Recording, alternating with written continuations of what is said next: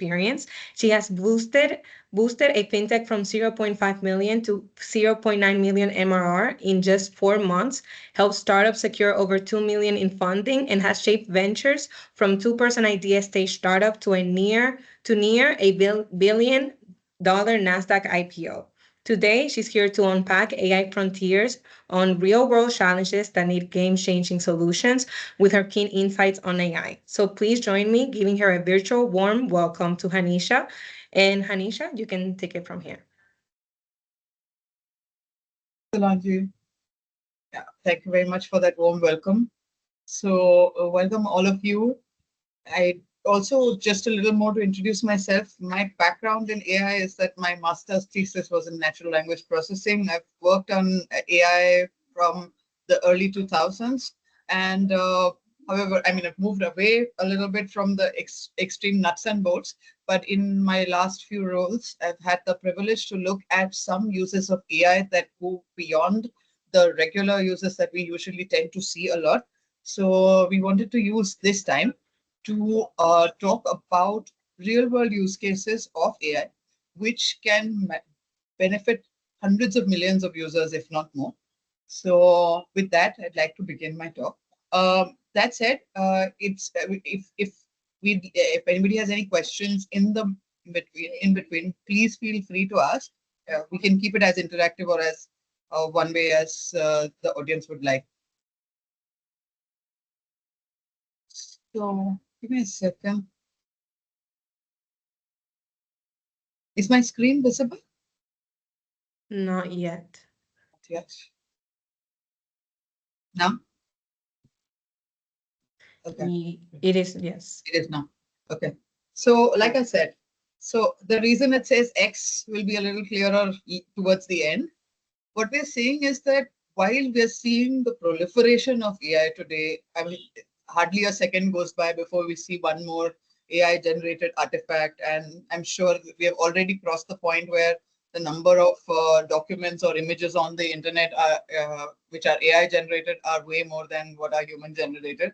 But that said, we seem to be in a little bit of a narrow situation where we are concentrating on what is called generative AI significantly to the detriment of other kinds of AI, which could be more meaningful, more planet-wide, more how do you call it, more thoughtful for the planet. And that's where we're saying, here are some real-world challenges that I'm seeing, that I've been seeing for the last 5 or 6 years in my work within the UN system and outside of it. And the purpose of this talk is to sort of essentially inspire, if for those of you who are looking for a new problem statement to solve, inspire entrepreneurs to look beyond yet another document, yet another AI agent, etc. So the opportunity landscape of AI as it stands today is infinite in that sense. It's literally greenfield. We can go out there and create the world we want. A lot of these numbers are not hidden. So essentially, we're saying at the very least, and most of these numbers tend to get proven wrong by a lot. Like 20 years ago, when we were looking at a new industry, we were looking at the digital marketing industry. We used to go around saying that by 2025, digital marketing will be a $20 billion industry, and it turned out to be many multiples of that. So I hope to be proven wrong in this. But the estimate is that it's a 15 plus trillion impact kind of industry. But again, like I said, now we are at a point in the technology where multiple critical problems can be solved. The technical barriers to solve those are lower than ever before. Your advantage as an entrepreneur is that while the AI is now strong enough for it to be able to solve problems bigger than interpreting a sentence or writing one, there is also much lower barriers to implementing such a technology. The infrastructure is more available, the frameworks are available, the speed is better. And as a young startup, you have the advantage of literally coming out of nowhere, beginning from scratch, and making a massive and valuable difference. And more so, investment is flowing. There is support from governments who want to look at information. I mean, living in Dubai as you do, you've seen the benefits of some things like that. So with that, These are the problems I want to highlight today. Take about 30 minutes to do these, and then we can go into depth. So one of the biggest problems that we've seen, if you saw the blurb that I sent, is in what is called disaster management, disaster risk and recovery. So saying, okay, when you're saying disaster management, resilience from disasters, why is that an important point nowadays? We all realize this, that the number of weather related disasters have increased or have almost doubled in the last 20 years.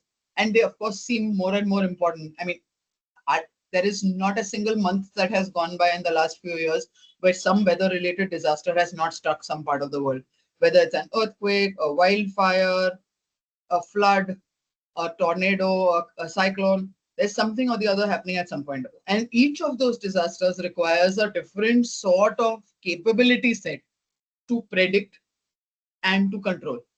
So this is a fairly straightforward. I mean, these are fairly straightforward numbers. It costs about $200 billion a year for the planet to just just take the brunt of the disasters that are coming to us. The number of disasters are increasing, but the problem is also that most of the responses to the disasters are still like old school.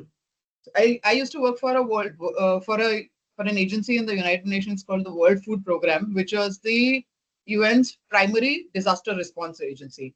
So all those images that you see on CNN, that every time there is a flood somewhere or an earthquake or something, the first responders are probably the World Food Program, because the first thing that you need to send to somebody is food. Uh, so all those pictures of people airdropping a bag of ready to eat food or whatever, that's probably us. Um, and even there are multiple pockets where optimizations are possible. And the optimizations that were possible by the human intervention have long been crossed. So at best estimate, you can estimate that about 40%, 60% of all resources that are meant to respond to disasters are currently misallocated. And by the time we receive funds to recover from a disaster, often there is like significant delay, which means that areas of the earth which have been hit by a disaster. See, I think Dubai saw a little of that with the flood last year, but it was momentary, and because you all had the resilience to come back up, you all didn't see any of this. But most climate disasters in the world unfortunately hit parts of the world that do not also possess the wherewithal to recover from it. So they need to look at aid, they need to look at loans, etc. And none of that funding comes back soon. And most of that funding, in order to apply for funding like that, you need data. You need the support of data sets, which again the AI can produce. Immediately, specific challenges are not known, unknown to this. There's an increasing frequency of extreme heat events. Now, heat events could again they're a very deceptive kind of disaster because they're not visible.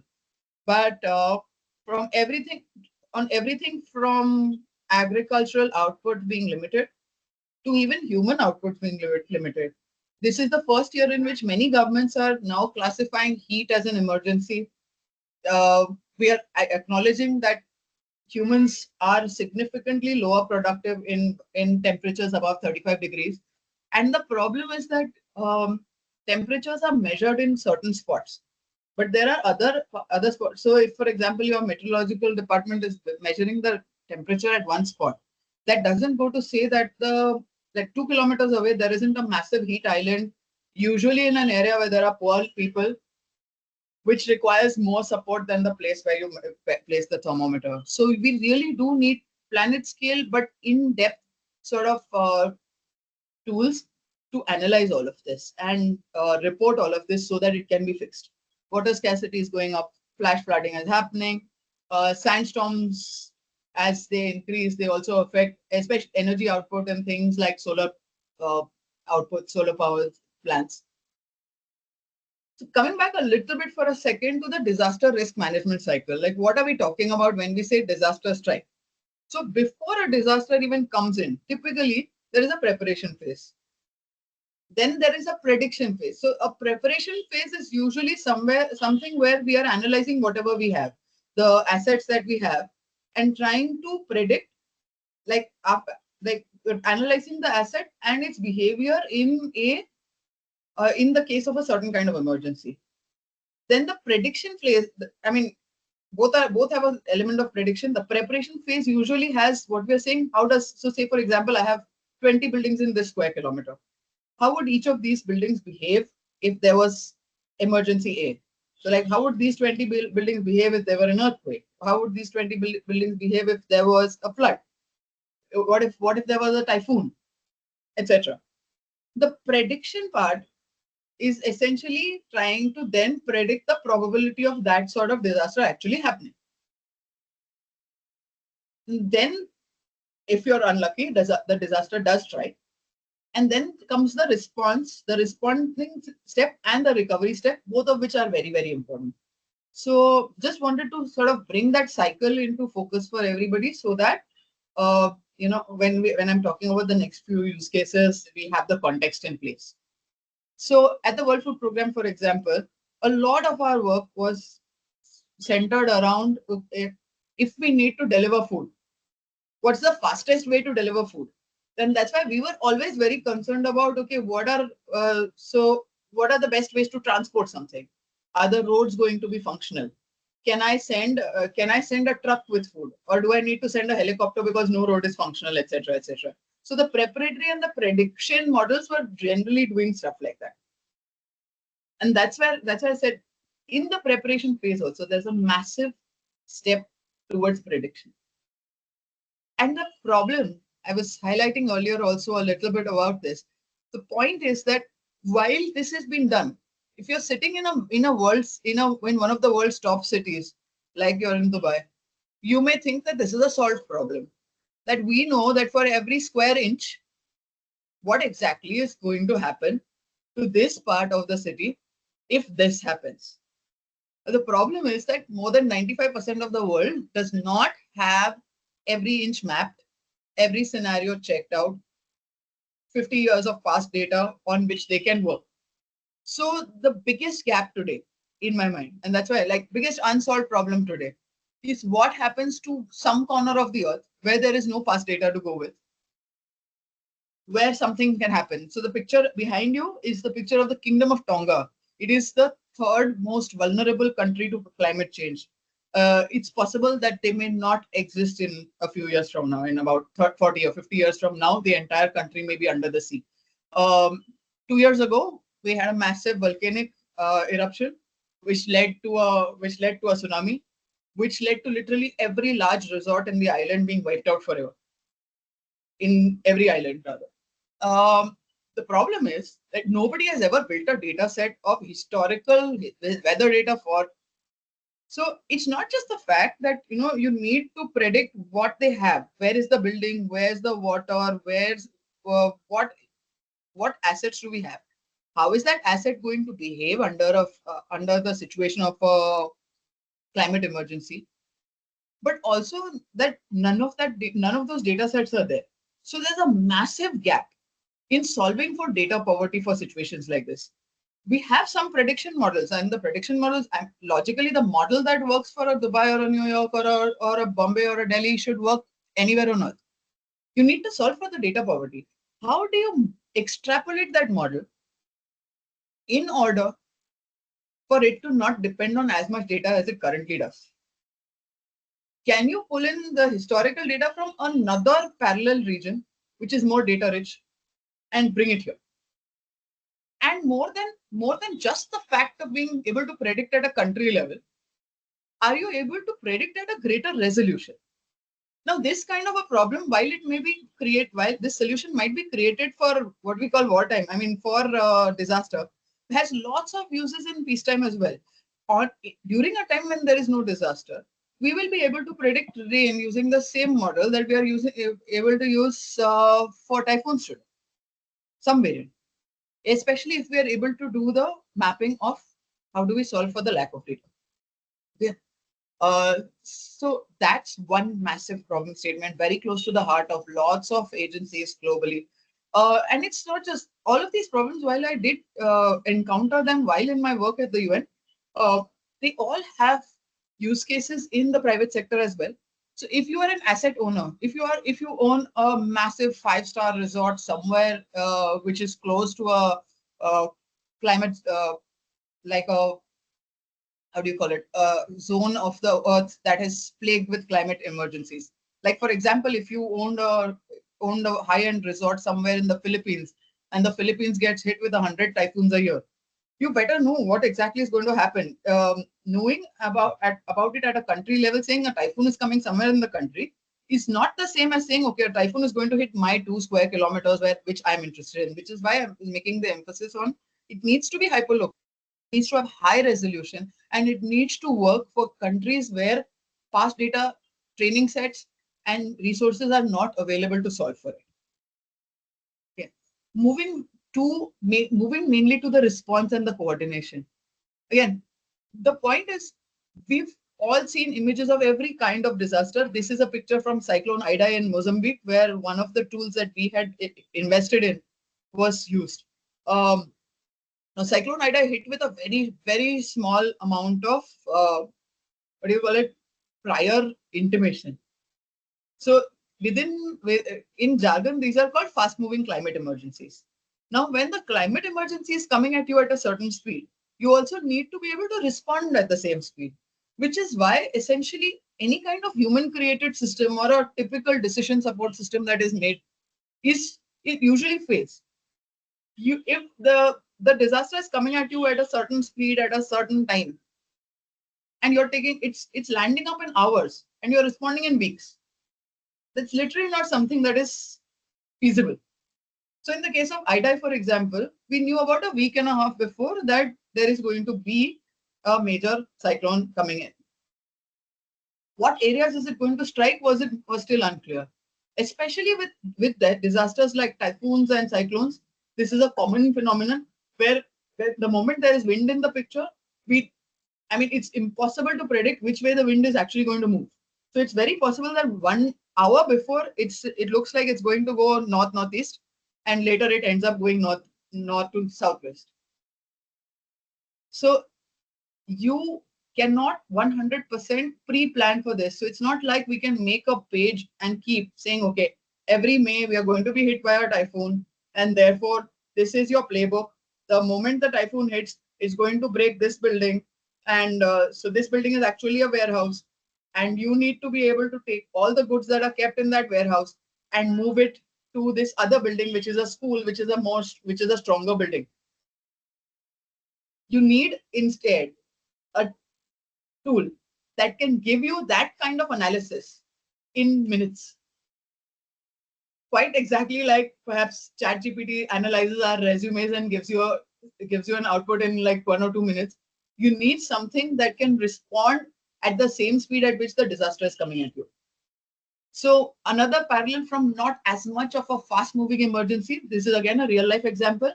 Um, can anybody guess how long it used to take humans to just write down the response to an earthquake before we used a lot of computerization?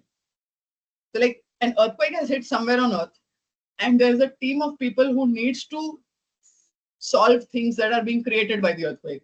People are buried in debris. Buildings are falling. Buildings need to be re-evaluated for their safety, etc. It used to take weeks. Whereas on paper, what is said is that the first 72 hours after any emergency are the most critical. Even as early as late as 10 years ago, during the Nepal earthquake, it has taken 2 weeks to just write out the plan about how we are going to fix the stuff that this earthquake broke. Because we were going a lot of times in order to write down the response plan, we need to know what's happening. We need to know what's happening, and getting information about what's happening is difficult when lines of communication may be down, when information is not coming back from the field as quickly as well. That changed very rapidly with the advent of satellites giving us more data. So given that AI is dependent on multiple and constantly refreshing data sources, the moment the number of satellites started proliferating a lot more and satellite data started getting added into input sets for AI, the speed at which humanity could respond to an earthquake has gone up significantly. So by comparison, the Turkey earthquake, the estimate is that the most detailed response plans were ready in 7 days. The point is, the critical factor is that red zone that I've written. If we are saying we want something in 72 hours, and state of the art at least 2 years ago was 7 days. There have been attempts. This picture is also from a team that is attempting it and has done it at a small scale where they can release something, an early version of the response plan in under 24 hours. Still, there is that's a small test done on a small part of Earth. A lot of these problems, again reiterating, have been solved in bits and pieces for some affluent part of Earth. The key remains to take it planet scale, to take like the global level data, every data set that is publicly available, as well as additional data extrapolations that need to come out of fresh algorithms that we all need to think of in order to solve these problems at a time scale that makes them useful. This is another third part, decentralized recovery funds. Recovery funds, so far, every time they flow, they typically have a tendency to be, okay, like a donor decides, okay, I want to pay for the recovery of a particular area or not that got hit by the disaster. Either that, or there is some insurance in place. Those are the two parts. Insurance tends to do better for what we call a slow moving disaster. So things like droughts, we all understand the methodologies by which we track the data for a drought, determine that the drought has actually happened, and determine that the person who was affected by the drought truly deserves a payout. Those are somewhat stable by now. If you'd asked me about 5 years ago, we were working very closely on stuff like that. So, for example, we were working with a team in Ethiopia that was building out a model that would help with livestock insurance. Like normally, if you were a farmer and you had cattle, and you insured your your cattle, livestock insurance used to work just like any other insurance. First, the asset in question has to get destroyed or significantly impacted before the insurance payout was due. Think of it like, unfortunately, life insurance. If somebody passes away, it's only then that the life insurance is payable. Health insurance is also usually structured that way in many places, where you have to fall ill and go to a doctor and get your treatment done before something is payable to you. But in the case of this particular tool, how we had handled it is, when we insured, when this particular insurance company was insuring a cow's life, instead of waiting for the cow to die, what we did is we tracked the conditions of the land around which the cow was living. So in the sense, as and when the particular land started looking drier and drier, we predicted the incident of a drought, which means that if there is a drought, there is not enough green fodder for the cow to be fed. And therefore, it makes sense to release a small payment at, in proportion with what is required to feed the cow, so that you don't have to go to the extreme of asset replacement and you don't have to go to the extreme cost of asset replacement. You can just do asset enhancement. So insurance for similar products works. Cash transfers could work in where, okay, you're saying, let's analyze, if for example it's an earthquake that you're solving for, let's analyze every house in this city that we are analyzing for an earthquake, and seeing which of them are most likely to get affected in the case of an earthquake, and already build out the risk models at a household level, as opposed to trying to build it at a area level or a city level, etc. Thereby, once you've done that in the past, before the disaster struck, you should be able to, like, your AI should be able to sort of intersperse the pictures of before and after. If you see the pictures that I highlighted, the before and after here, in this case, it was after the Honga Tonga Hapai earthquake in Tonga. The before was green and the after is brown. So I know precisely whose house got broken, whose cow is no longer there, And from that, you should be able to do individualized insurance payouts, cash transfers. So like I said, you can quantify the risk beforehand. You can transfer the payouts to the deserving people as opposed to just sending out a blanket aid. And these kind of tools can be used by new age insurance companies to be able to do much more than what our typical wholesale disaster recovery efforts used to be able.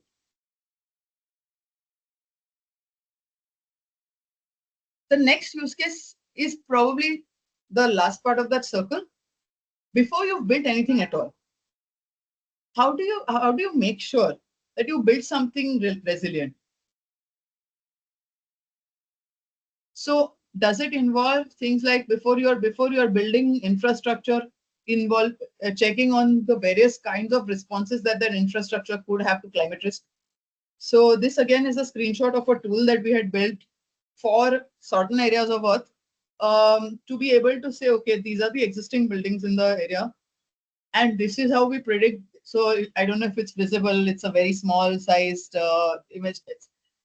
The red rectangles are us identifying man-made structures and then labeling them. Think house, house, house, house. So essentially saying, okay, these are the man-made structures in the area, and all these areas.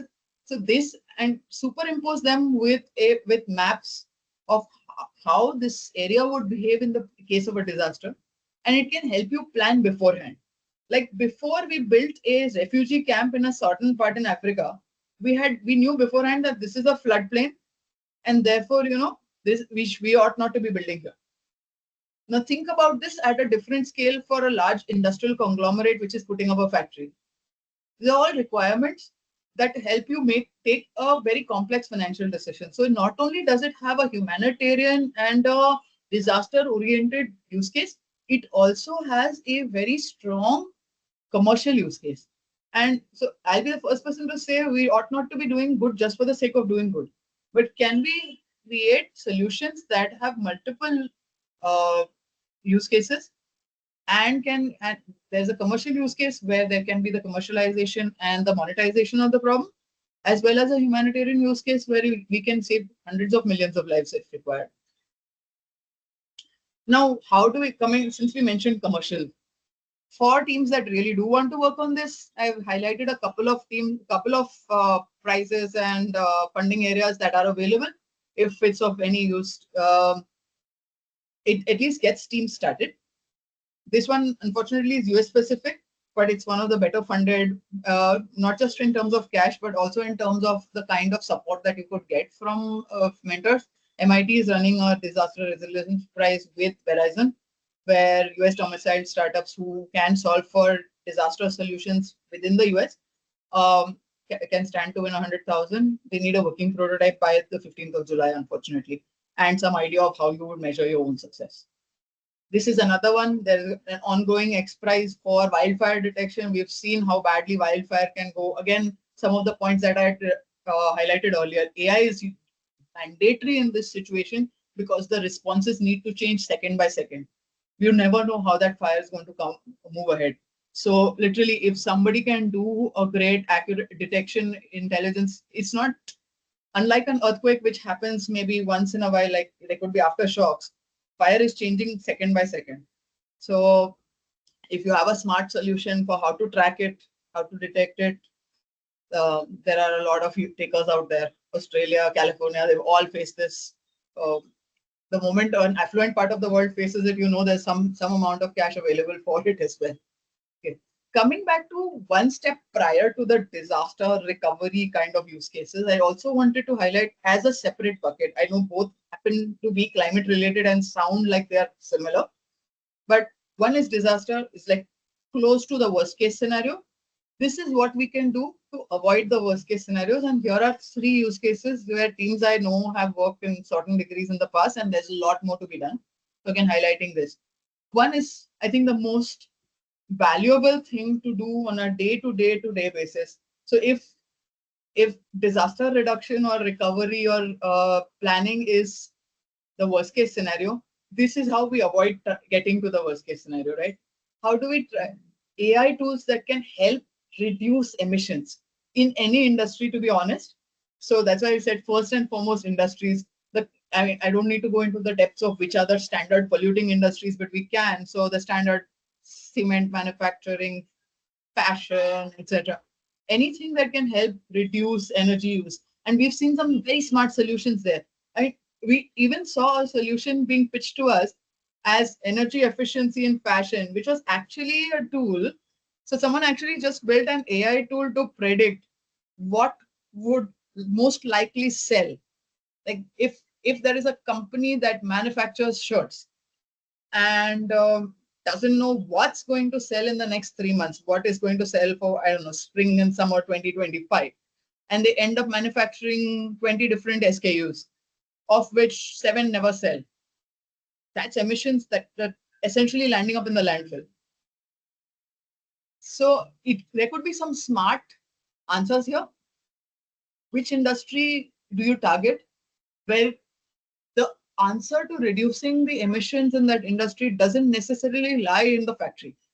But whether you're going customer out or whether you're going factory out, there are lots of areas of improvement in nearly every industry on earth. We have invested in a startup that analyzes the behavior of electric vehicle batteries. That's why I put in transportation as well.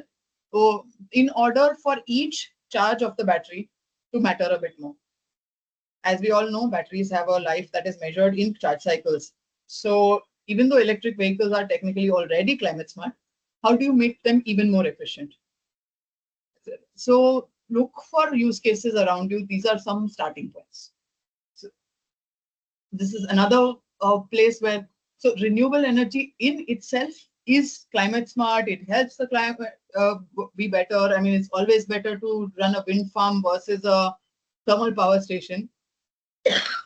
But what can we do to make that even more efficient? So we've seen some very smart solutions around. So teams that can analyze weather patterns. We had a presentation by a team that can analyze the weather of any spot on Earth. Like I was mentioning in one of the earlier slides, can you learn patterns from some part of Earth and apply the same pattern to a different part, predictably improve your weather forecasting. And in this case, what they've been able to do is use that to analyze the wind available and the solar power, the sunshine available on any spot on Earth for up to 16 days out of the year.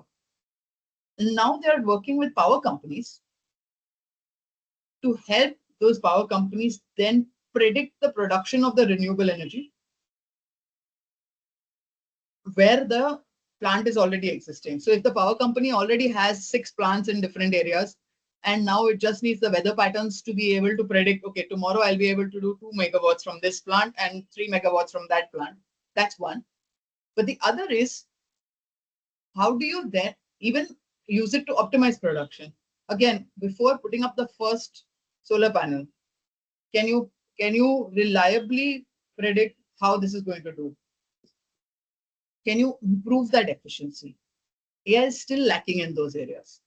And the last, I think this is an area everybody is constantly conscious of. There is a green AI calculator on the web. You can just go search for green AI calculator and you'll be able to get it, which is essentially running anything off the cloud has always cost us something in terms of the climate. But running an AI algorithm on the cloud for whatever it is, even if it is for predicting a flood or it is for generating a Studio Ghibli image, it costs us a lot in terms of climate related factors. Now, how do we ensure that each of those gets depleted to the least amount possible? So essentially saying minimize the environmental impact of whatever you've built, whatever AI you've built. What is the lowest environmental footprint that it can have? Have you looked at your algorithms, every single algorithm that you've worked on, and made it energy efficient to the point where the planet is not being negatively affected? Now, there is the one way to do it is to get each developer who's writing an AI tool to be sort of self-mindful. What I'm proposing is there a team out there who can just do, like, can make a tool where anybody writing a new AI tool comes and submits it to you, and you can optimize it, you can analyze it, saying how green is this AI algorithm. So it's an AI for an AI in meta in that sense, but there's a lot of potential for something like that. This is another cause very close. AI for healthcare. I think been done and dusted, but these are use cases that I've seen upfront in the field. This picture here at the back is from a country in Africa called the Republic of the Congo. So in hundreds of thousands of clinics all over the world, there is not enough money to buy computers or even mobile phones for that matter sometimes. So lots of records are still being done on paper. So this tool that we had funded was essentially an OCR tool on steroids in that sense, which was able to take like a nurse's handwriting and digitize all the records, etc. The purpose of doing things like this is, for example, this sheet of paper that you see in the image is a child's malnutrition records, nutrition records, which means that it's every time a child comes into a small clinic somewhere in the corner of a corner of the country that is maybe 2 days drive away from their own capital city, that child's records are duly noted, saying child A came in January and he was this tall and this heavy, etc. This is the height, this is the weight, etc. 3 months later, the child comes in, there is a second record for the child.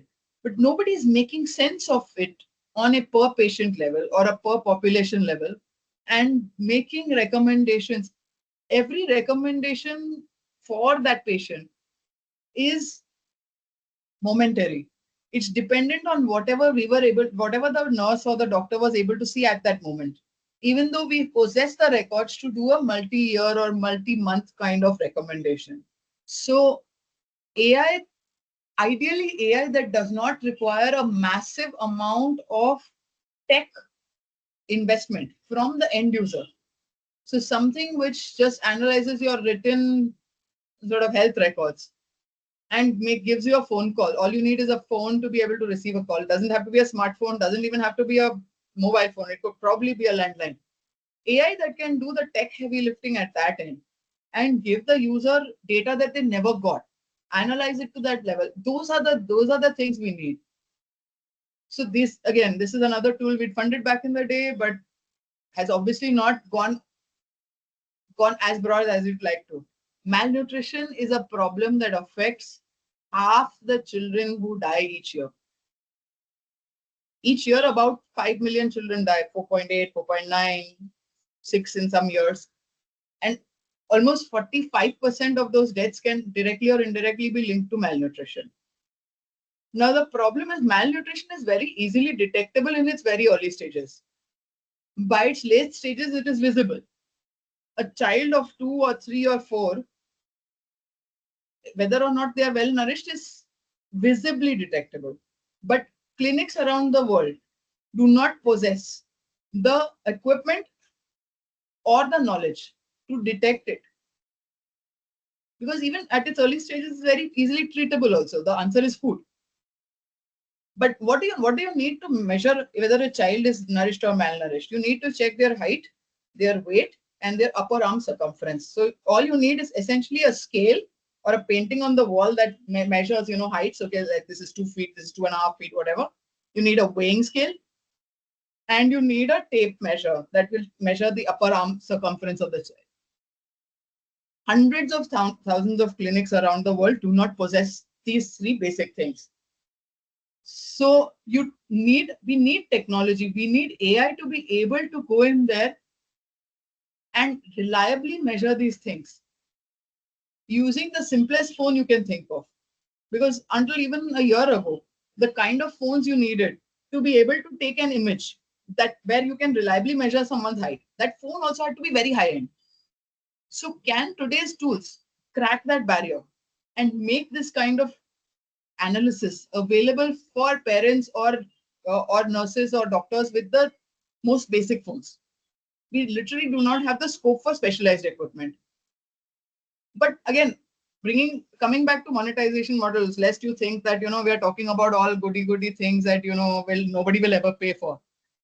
If you made a version of this for a parent living in a well-paying area of the world, parents with newborns would always want to know how their child is doing on the development scale. So we see a great potential for something like this with a freemium model where someone in the first world can pay for it as a SaaS service and make a subscription available for someone who can't pay for it. So, but as problem statements go, it's probably the biggest difference you can make if you can solve this one. Cancer detection, again, another massive issue. I do have parallel Dubai numbers as well for some cancers, but I don't want to go into the morbid. You can work out the numbers for yourself. But the number of preventable deaths. The point is, it's not just cancer. For mostly everything which requires a specialist person to read something like an image, there are not enough specialists. There are countries. So in Ghana, even forget cancer scans and X-rays. There, normal radiologists who can read a normal X-ray are less than 1 in 1,000 in the average in the world. So when you go down to see the number of healthcare workers who can interpret anything is fairly low. And what's also true is that some of the issues, cancer being the primary of them, when they are treatable, they are too small often to be detected. So by one estimate, as many as 30% of all cancers have been missed in in initial screening. So can AI go in there and find patterns that do not make themselves very visible for the tougher to spot? On the low hanging fruit, can it just spot the same things that a human can, but just be available for more people? Those are both separate problems. Point number 3 and point number 4 there are both separate problems, but they both can unlock massive amounts of cost savings in healthcare for countries. Again, something for everybody to think of. And this is probably more of a good to have, but over time, so we are seeing the proliferation of this technology called the digital twin, where you create a digital copy of something that exists in real life. So we have seen digital twins for cars. We have seen digital twins for buildings, where you try to create a digital version of that in your data analytics stack, and then try to predict how that would behave. So a digital twin of a person, which can probably be powered better using the quantified self movement. More and more you're seeing people generate more data than you have, than you can make sense of.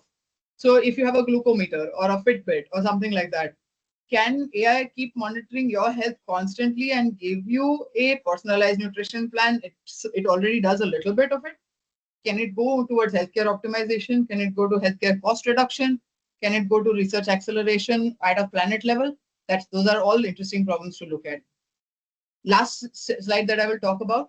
So all of this can be done by AI, but I'm making a suggestion that it ought to be done by a version of AI called explainable AI, which is where instead of being served with a pre-prepared meal, like instead of being given a pre-prepared conclusion, most of these problems, because they are matters of life and death, ought to be done by explainable AI, where there is human intellectual oversight. The AI explains its rationales. Its biases are detectable by someone who is knowledgeable enough to do it. And therefore, we can go in and debug it and increase the transparency and accountability.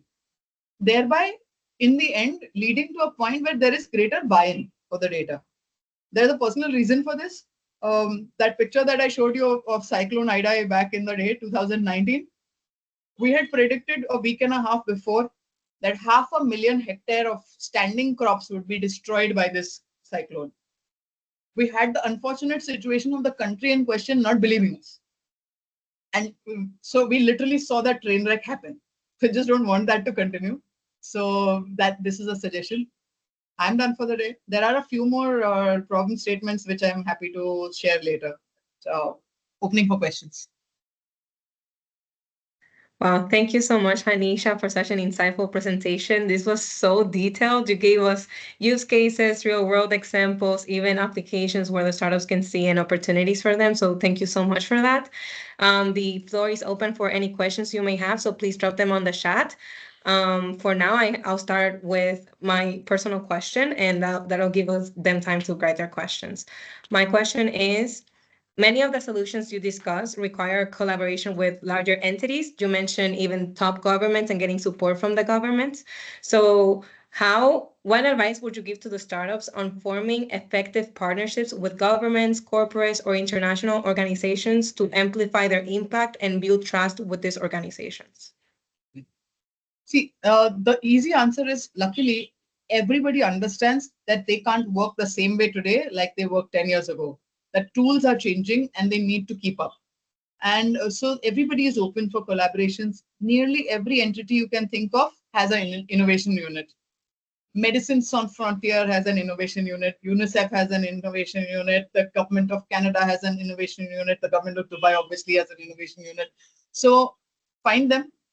But ideally, I would suggest going with something working.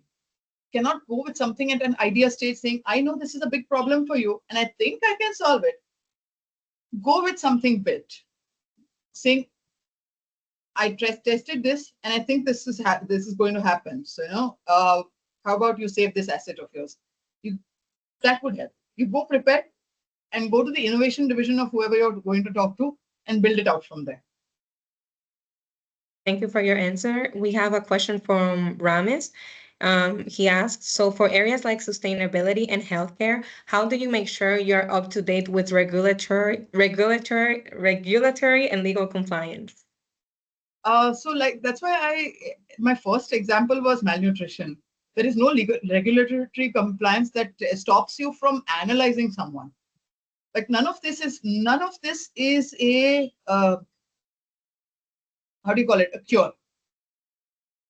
You're analyzing that, hey, I think you're at a high probability of being malnourished. You're at a high probability of having a cancer here. Um, there are fewer compliance issues around detection. The moment you get into prescription is where regulatory situations come in. But I am typically always also wary about the regulatory space. So that's why they were well thought out. Because even just keeping up with FDA regulations, trying to put something through testing is a very expensive affair. You'd be better off starting with detection, make some money in the startup, then move to whatever prescriptions you want to make. Have the money to pay for all your testing, etc. We have a question from Keenan. It says, based on your experience, what are the most common mistakes startups make when developing AI solutions for global challenges, and how can they avoid these? So, like I said, a lot of the examples that I've mentioned, something has been done for one small part of Earth, but yet it hasn't been done for many places. So I think the most common mistake would be to start too small. You have to start small in order to keep your focus. I get that. But you should have a sense of, okay, I'm solving this problem which affects this part of the earth, but it also affects this part of the earth. Before you've begun, you should have an idea of a secondary market which is mirroring your primary market, but a bit larger, so that you have a sense of where you will put your next foot in order to scale.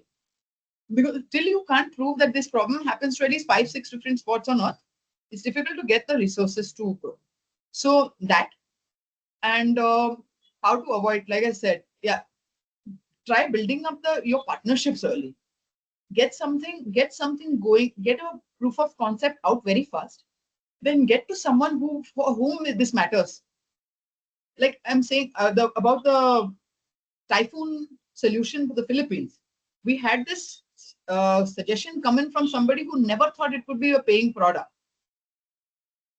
till another investor told them, instead of selling this to the government, why don't you sell it to these top high-end resorts in the Philippines? So you ought to be having your secondary market of like aware that you're working on the solution.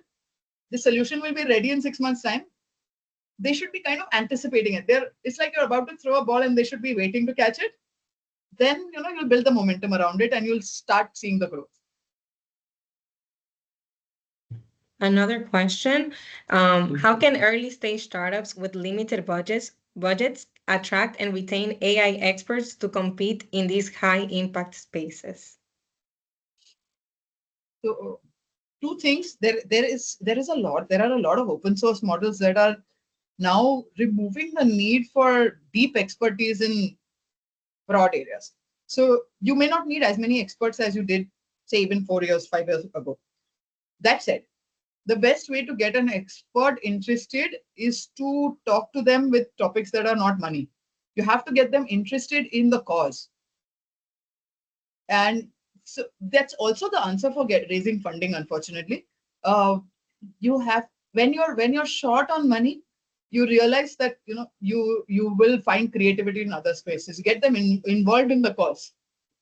That okay, it matters to solve this because, like, the startup that we've invested in that does EV battery analytics, they eventually went to Y Combinator and they raised from a bunch of people, etc. But before they'd made any of that, initially the people who were best attracted to them were people who had someone with asthma in the family, who didn't want that many car emissions out there, who genuinely wanted to see that problem solved.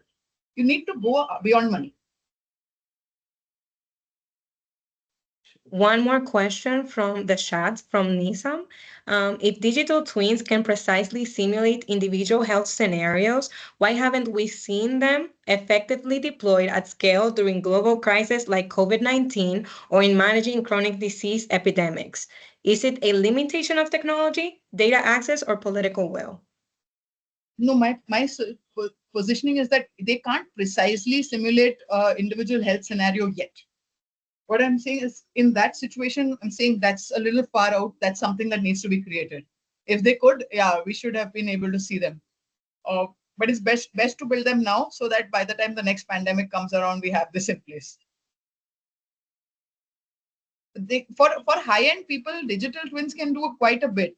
I mean, there's a team in Munich that's building individualized. So they do a bunch of 200 tests on your blood, and they can give you individualized created vitamins that will help you. It's a bunch of ex-Olympic doctors that are doing this. So if we can do it at individual scale, the question is, can AI help us multiply that capability significantly?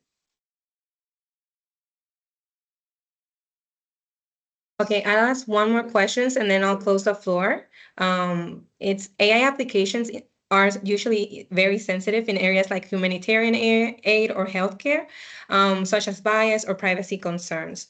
What are best practices can startups adopt to ensure their AI solutions are ethical and trustworthy for these institutions? So the base level that you can do in such a situation, especially for not no is to try and avoid anything that requires a personally identifiable piece of information. As long as you're talking population scale or planet scale and not going to the point of identifying each human's individual assets, saying, okay, I see that your roof suddenly got upgraded from a $10,000 roof to a $50,000 roof. As long as you're not doing that, I think broadly you're fine for a humanitarian use case. Um, for a personal use case, taking permission always helps.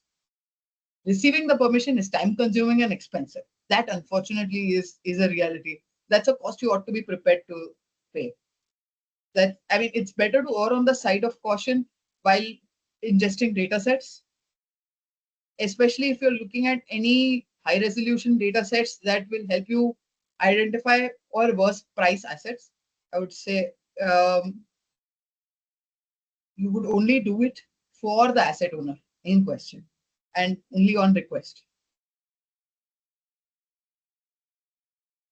All right. Thank you so much, Hanisha, for such a fantastic session. It was very, very insightful. So before we wrap up, please fill out the survey that we're going to leave on the chat. This is going to help us improve our future sessions. The link has been sent already. Also, before we go, just a few quick announcements. The Dubai FinTech Summit is coming up, so make sure to apply and attend the event. Also, if you want to win $10,000, you can participate in our newly launched challenge from Do, designed the future of SME capital access, and you can find out how to participate and engage on the Ignite Challenges website. So thank you very much for joining, and thank you, Hanisha, once again. Thank you. Good night. Also, yes.